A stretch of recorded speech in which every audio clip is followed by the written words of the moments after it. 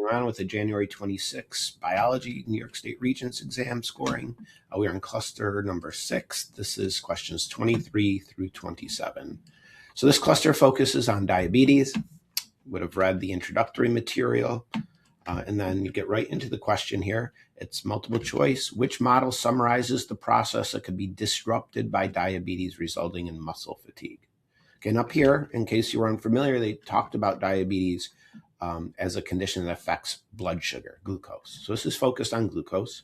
And so when you look at what is given in each choice, you're seeing glucose, oxygen, carbon dioxide, water, ATP. It's in each of these choices.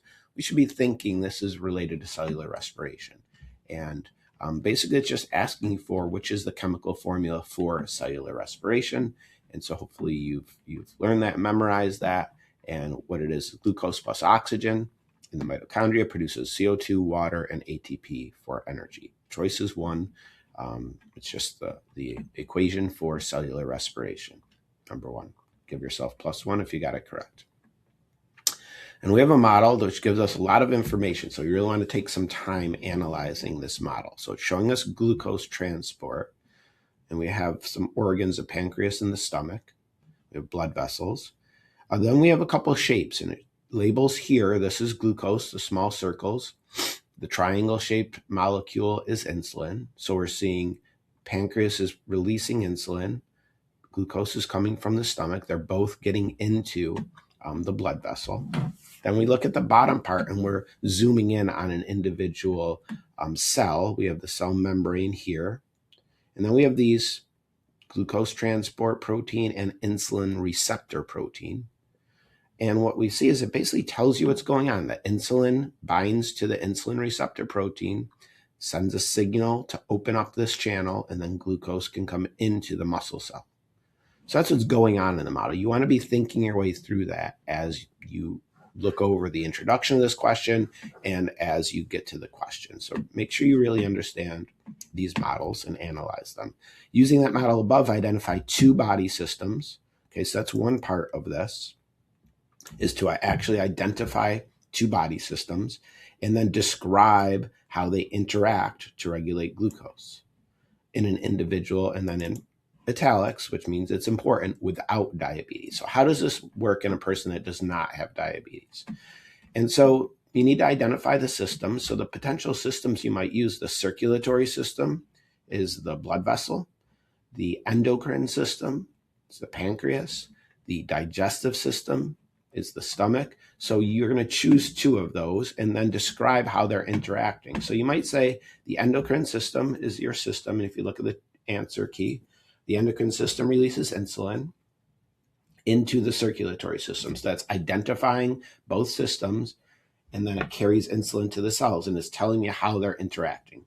Okay, endocrine system produces the insulin, but that is transported in the circulatory system. And choice 2, the blood vessels of the circulatory system carry the insulin and glucose to the muscles, the muscular system or muscular skeletal system. We're talking about the interactions there again. The digestive system breaks down food into glucose, which diffuses into the circulatory system and is transported. So all of those are doing 2 things, identifying the 2 systems by name and describing the interaction between them. If you wrote something that is correct based on that scoring guide, give yourself +1 on 24. 25, we have another reading about diabetes for 2 individuals, type 1 and type 2. Diabetes are described in the introduction. We have some data. Again, look at the data, analyze the graphs before you even get to the question. So we have over time, the fasting period, then over 2 hours. We're looking at on the y-axis blood glucose. Okay. So participant 1, during the fasting time, their blood glucose level is low. They're given 75 grams of glucose, as it says. Their blood glucose level rises, as we expect. That happens in both individuals, both participants. But then in participant number 1, their blood glucose level drops back down after a period of time. But participant 2, it does not. So we want to use the question so we understand the graph. Now the question's asking us to use evidence, and the evidence is probably going to come from these graphs, to describe the role of insulin in a feedback mechanism that helps an individual maintain homeostasis in participant 1 but not participant 2. So you should be thinking, seeing the test results, participant 2 has diabetes and participant 1 does not. So wants to know, use evidence that tells how insulin helps maintain homeostasis. If we look at the answer choices, we have some examples here. Glucose is kept increasing at the 2-hour mark for participant 2, indicating insulin was not playing a role in bringing glucose back to the set point as it did in participant 1. So this is explaining the difference between the two. And the second choice, blood glucose levels return to normal range after 2 hours for participant 1. This tells that insulin is working and causing them to lower their blood sugar by taking glucose into muscle cells. So you don't need to go into that level of detail, but read over those choices again. You need to make sure that you're explaining how participant 1 is maintaining homeostasis by using insulin while participant 2 is not. Give yourself +1 if you think you got that right.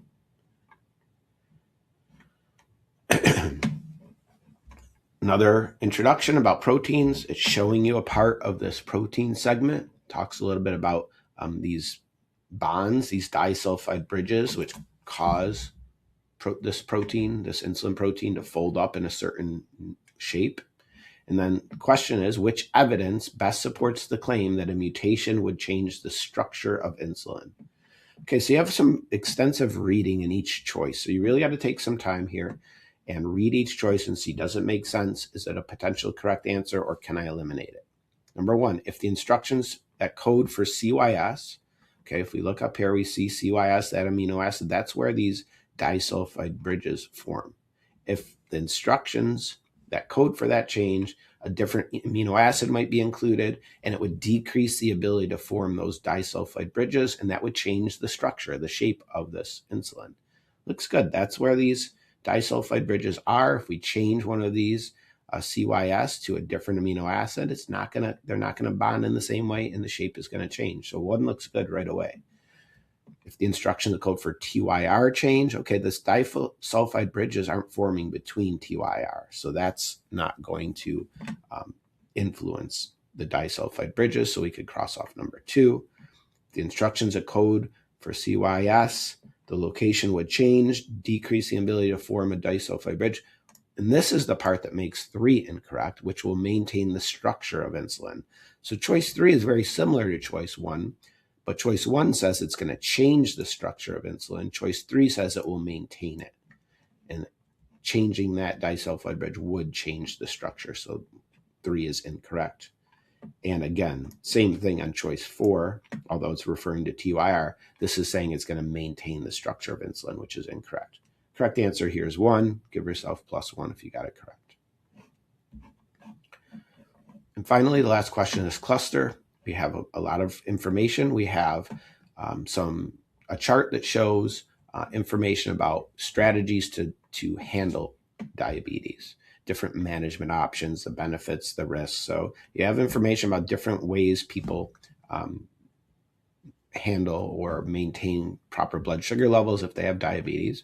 Question is to analyze those strategies for a person with diabetes and give one criterion and one constraint scientists would consider when they're trying to develop one of these solutions. So constraints and criterion are important terms to know in terms of engineering and product design, etc.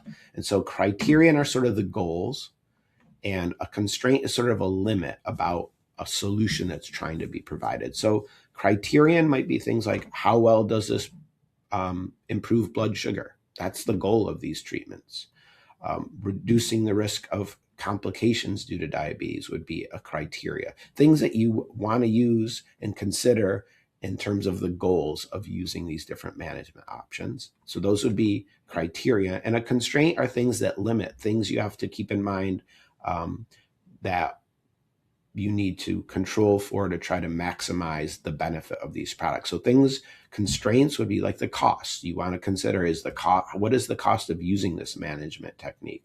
What are potential side effects? What are the complexities, and how well do people stick with these treatment methods? And so you'd consider those things. We see in the answer guide, criterion, improve blood sugar, reduced complications, constraints, costs, side effects.